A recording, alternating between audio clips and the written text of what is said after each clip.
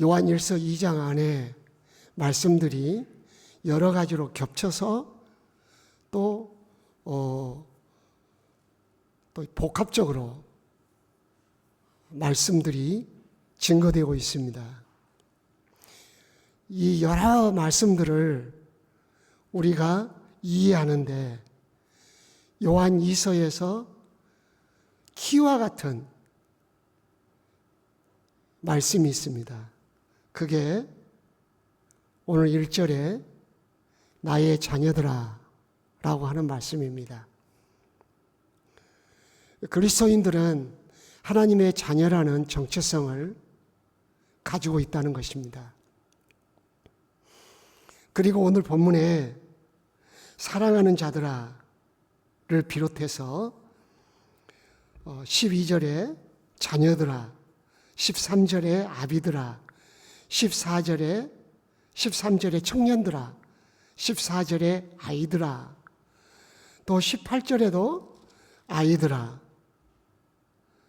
또 28절에 최종 정리하면서 다시 1절에서 했던 말씀을 똑같이 나의 자녀들아 라고 앞뒤로 자녀라는 말씀으로 호칭을 딱 두시고 중간에 아이들아, 부모들아, 청년들아 하는 다양한 호칭들을 배치해 놓으셨습니다. 하나님의 자녀라는 신분 안에 그 사람이 육체적으로 또 영적으로 아이든지 부모든지 청년이든지 다 하나님의 자녀라고 하는 바운다리 안에 그 범주 안에 있다는 것입니다. 곧 우리 교회 안에 있는 다양한 성도들 영적으로 그 성숙한 것이 아이, 청년, 부모와 같을 수도 있고 또 육적으로 아이, 청년, 부모와 같을 수도 있습니다. 그러나 그 모두가 다 어떤 범주 안에 있음을 기억해야 하냐면 하나님의 자녀라는 것입니다. 하나님의 자녀라는 전제하에서 아이들아, 청년들아, 부모들아 그렇게 부르고 있다는 것을 기억하셔야 합니다. 목사, 장로님, 권사님, 집사님, 권찰님 여러 직분들이 있지만 그 직분들도 영원한 것이 아니고 하나님의 자녀라고 하는 범주 안에 그 정체성이 있다는 겁니다. 그 정체성은 신분에 있지 않고 근본적인 정체성은 자녀라는 데 있다는 겁니다. 성경에 그리스도인의 정체성을 크게 몇 가지로 설명을 합니다. 첫째는 백성, 두 번째는 자녀, 세 번째는 신부. 그 세 가지 개념을 가지고 성도들에게 말씀을 합니다. 너희들이 백성으로서 하나님, 왕이신 하나님에 대한 태도가 잘못됐다. 너희들은 더 이상 내 자녀가 아니다. 신부가 어떻게 신랑을 버리고 간음할 수 있느냐? 딴 신을 따르거나 자기 신랑을 그렇게 대우할 수 있는가? 하는 그런 메시지로 성경은 우리의 정체성을 깨우면서 그 정체성에 합당한 그리스도인으로 살 것을 말씀합니다.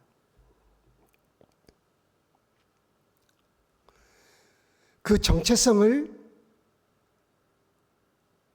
어디에 근거를 두고 말씀하고 있습니까? 2장 맨 마지막 절을 보십시오. 너희가 그가 의로우신 줄을 알면 의를 행하는 자마다 그에게서 난 줄을 알리라.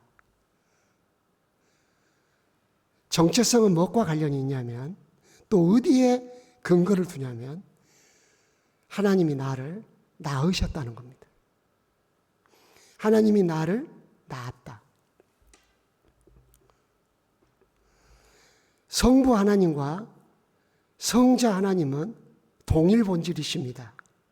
그 존재와 능력과 영광이 동일하십니다. 그러나 우리의 구속사역에 있어서, 또 창조사역에 있어서 성자 예수님은 이 땅에 보내심을 받습니다. 그것을 낳았다, 그렇게 표현하기도 하십니다.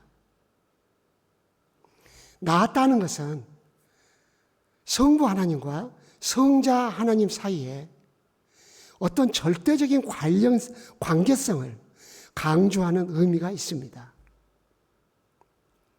여러분들 히브리서 2장, 3장 같은 데 보시면은 또 1장부터 어느 누구에게 내가 너를 낳았다, 그렇게 말한 적이 있냐? 성자 예수님에 대해서 영원 전에 내가 너를 낳았다, 그렇게 말씀하신다. 이것은 성자 예수님과 성부 하나님의 뺄 수 없는 관계, 그것을 강조한 겁니다. 하나님께서 우리를 낳으셨다는 거예요. 그 어떤 것보다 나를 낳으신 부모에 대한 개념은 강렬합니다. 관계의 개념에서 인간으로서 부모 개념만큼 강렬한 개념은 없습니다. 뺄 수 없는 관계, 절대적 관계. 나를 낳았다. 내가 너를 낳았다. 자기가 낳은 자식을 어찌 잊을 수 있겠느냐? 혹시나 잊을진데 너희 하나님은 너희를 잊지 않으리라. 하나님이 우리와의 관계를 표현할 때 낫다는 것으로 설명을 하신 겁니다. 사도 바울을 통해서도 갈라디아서에서 해산의 수고를 했다, 이런 표현을 한 거예요.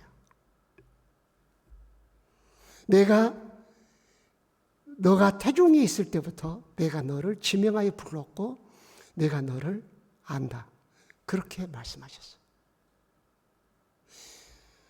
이건 아주 친밀한 관계, 생명의 관계, 절대적인 관계, 그런 표현을 한 거예요. 잊을 수 없는 관계, 포기할 수 없는 관계, 버릴 수 없는 관계, 이런 관계를 의식하고 이 말씀을 들어야 한다는 뜻이에요. 다시 우리의 정체성을 회복해야 돼요. 요한 1서에서는 말씀으로 앞뒤를 연결해서 설명을 하셨어요. 생명의 말씀에 관하여 그렇게 말씀하시고, 또 말씀이 우리 안에 거하신다. 그 생명의 말씀이 우리 안에 거한다는 거예요. 생명의 말씀에 관하여 말씀하셨는데 그 말씀이 우리 안에 거하신다. 말씀을 통해서 우리를 설명하셨어요. 이번에는 낳았다, 자녀다 라는 개념을 갖고 우리에게 설명하신 거예요. 우리는 말씀과 절대적 관련성을 갖고 있고, 우리는 하나님의 자녀라는 정체성을 통해서 하나님과 관계성을 갖고 있어요. 하나님과 우리는 타인이 아니에요. 손님도 아니에요. 한번 만났다가 헤어지는 사이도 아니에요.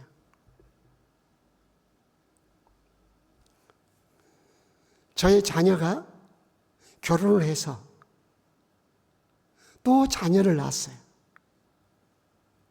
성인이 됐어요.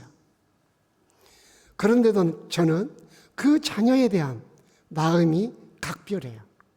다른 기도는 소홀히 하거나 넘어갈 수가 있어요. 그러나 이미 출가해서 가정을 이루고 자녀를 셋이나 낳고 그 애들이 커서 학교를 다니고 그럼에도 불구하고 저는 그 자녀에 대한 생각이 각별해요.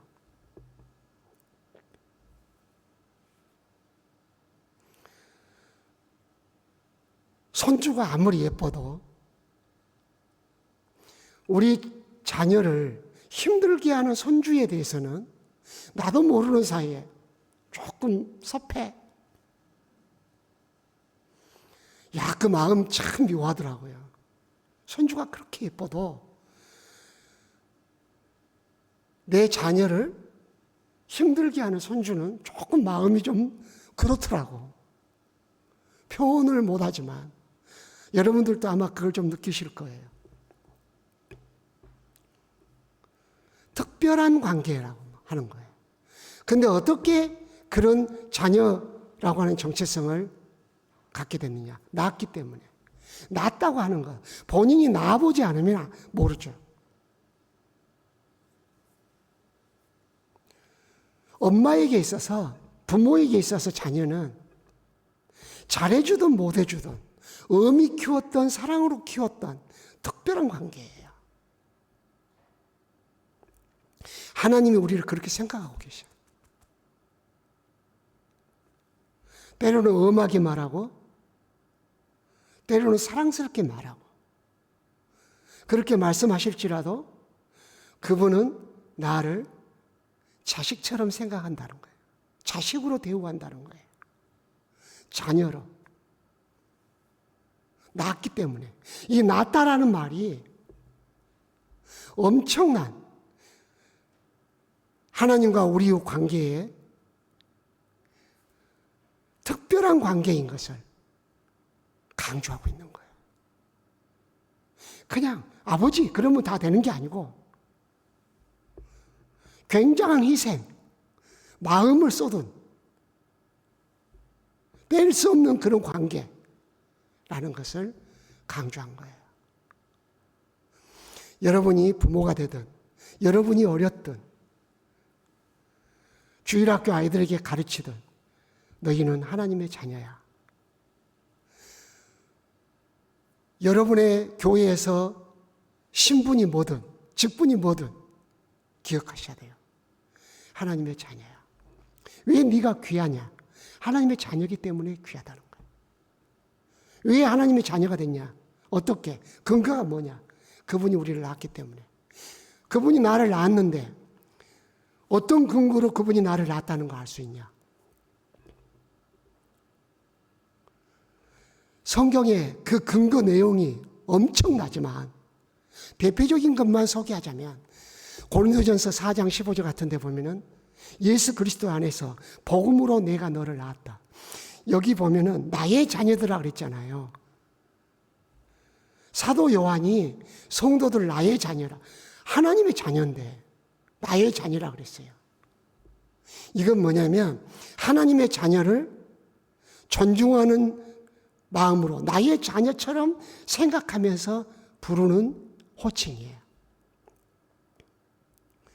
예수 그리스도 안에서 복음으로 낳았기 때문이에요. 나는 예수 그리스도 안에 있는가? 복음이 내게 있는가? 그렇다면 그 사람은 하나님이 낳은 자녀라는 거죠. 뿐만 아니라 베드로전서 1장 23절에 보시면은 우리가 거듭난 것은 썩어질 씨로 된 것이 아니고 하나님 살아있는 하나님 말씀으로 우리가 거듭났다 그랬어요. 내가 낳은 거야. 사람으로 육체를 가지고 태어났지만 하나님이 영적으로 우리를 낳으셨어요. 어떻게? 하나님 말씀으로.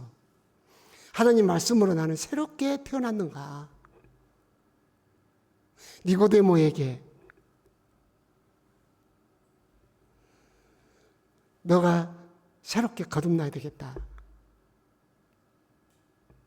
우리 그리스도인들이 하나님의 자녀로 태어난다는 거 굉장히 중요하다는 거예요.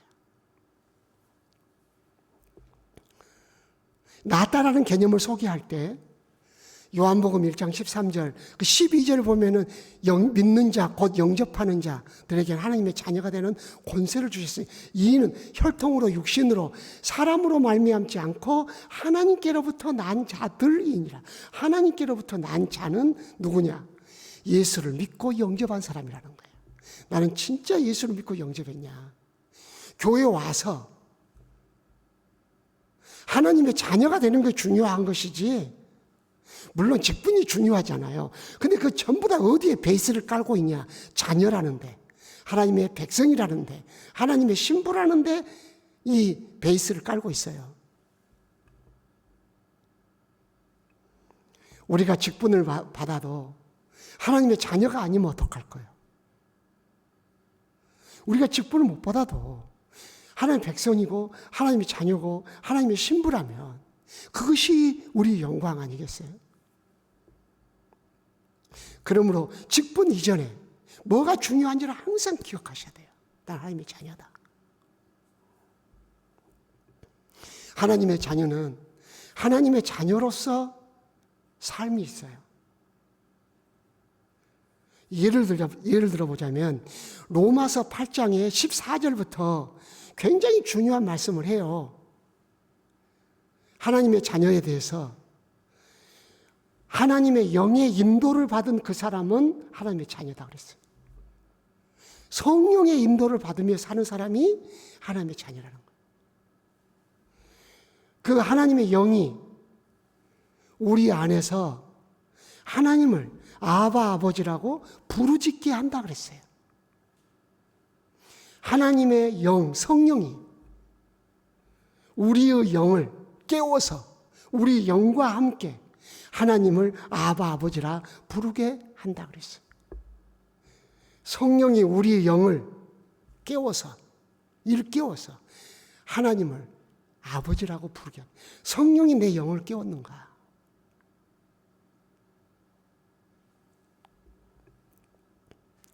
그리고 결론적으로 이렇게 말씀하셔요. 자녀이면 예수 그리스도와 함께 하나님께 상속을 받을 상속자다. 그러므로 예수 그리스도와 함께 영광을 받기 위하여 예수 그리스도와 고난도 함께 받아야 할지니라. 자녀로서 예수 그리스도와 함께 고난을 받아야 한다. 신앙생활에 주님이 고난을 주시는 것은 영광의 상속을 함께 받은 자로서 고난도 함께 받을 수 있는 기회를 주시기 위함이라는 거예요. 따지고 보면 굉장한 메시지들입니다. 성경에는 자녀의 이야기가 굉장히 많아요. 기도도 자녀와 관련해서 설명을 하잖아요. 마태복음 7장 7절 이하에 그 11절까지 말씀을 하세요. 구하라 주실 것이요 찾으라 얻을 것 두드리라 열릴 것이다 말씀하시면서 누가 자기 자녀에게 악한 자라도 좋은 걸 줄 줄 알지 않냐. 악한 부모라도 자식에게는 좋은 걸 주고 싶어 한다. 생선을 달라 하는데 뱀을 줄 자가 있고 떡을 달라 하는데 누가 돌덩이를 줄 자가 있냐. 하물며 하늘에 계신 너희 천부일까 보냐. 하늘에 계신 너희 아버지일까 보냐. 구원하는 자에게 좋은 걸 주시지 않겠느냐. 여러분, 우리가 기도할 때마다 어떻게 하든지 하나님께 얻어내야 되겠다라고 하는 개념보다 내가 구할 때 하나님은 항상 내게 좋은 것을 예비하시고 주신다는 것을 전제하고 기도해야 한다는 거예요. 우리 어머니는 내가 뭘 달라고 하지도 않았는데 준비하고 계셔요. 저도 부모님을 모셨지만은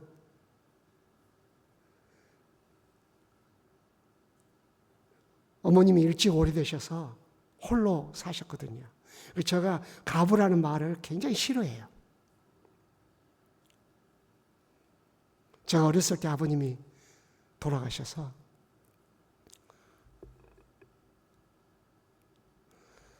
시골에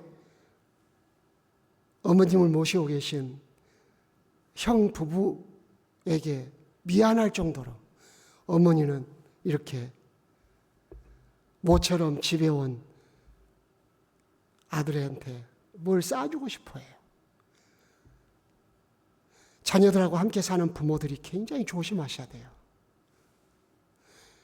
예지에서 온 자식이 아무리 내게 잘해도 나를 모시고 있는 그 자녀, 항상 그 마음을 생각해 줘야 돼요. 탕자 돌아오니까 그렇게 잘했잖아요. 큰아들이 뭐라고 생각했어요? 나한테는 양 한 마리 안 잡아주던데 살림을 다 탕진하고 돌아온 저 자식이 돌아오니까 살찐 소를 잡았다. 상처를 받아요. 많이 생각하셔야 돼요. 그렇게 어머니는 자식을 생각을 해요. 우리 아버지가 그런다는 거, 우리 하나님이.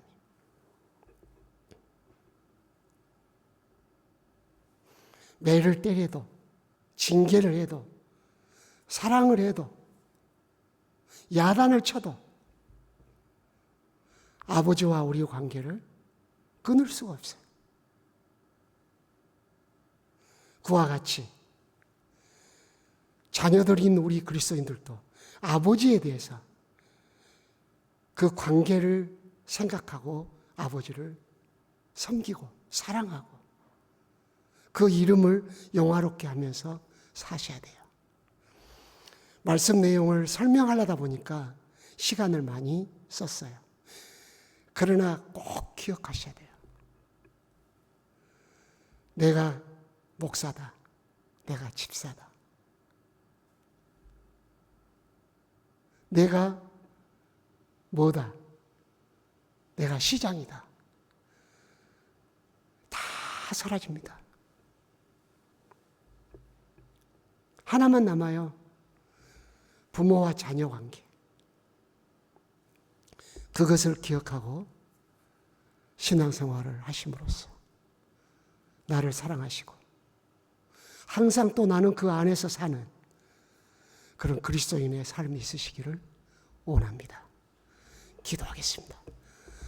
하나님 아버지, 우리를 자녀라, 내가 너를 낳았다 말씀해 주셔서 감사합니다.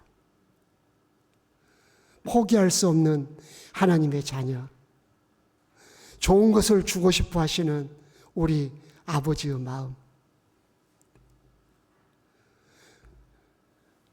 아들 예수 그리스도와 함께 영광을 상속하기 위해서 고난도 함께 허락하시는 그 큰 은혜 기억하고 살아가도록 말씀해 주셔서 감사합니다.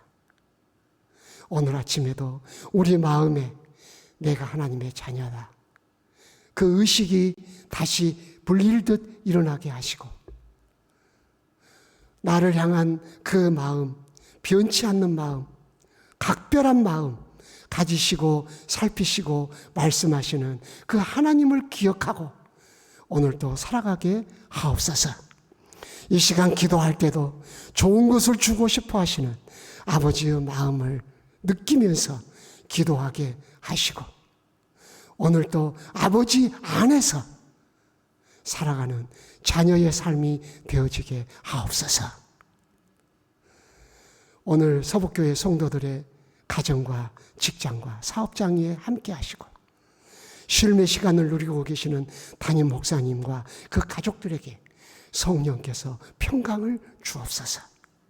예수 그리스도의 이름으로 기도드리옵나이다. 아멘.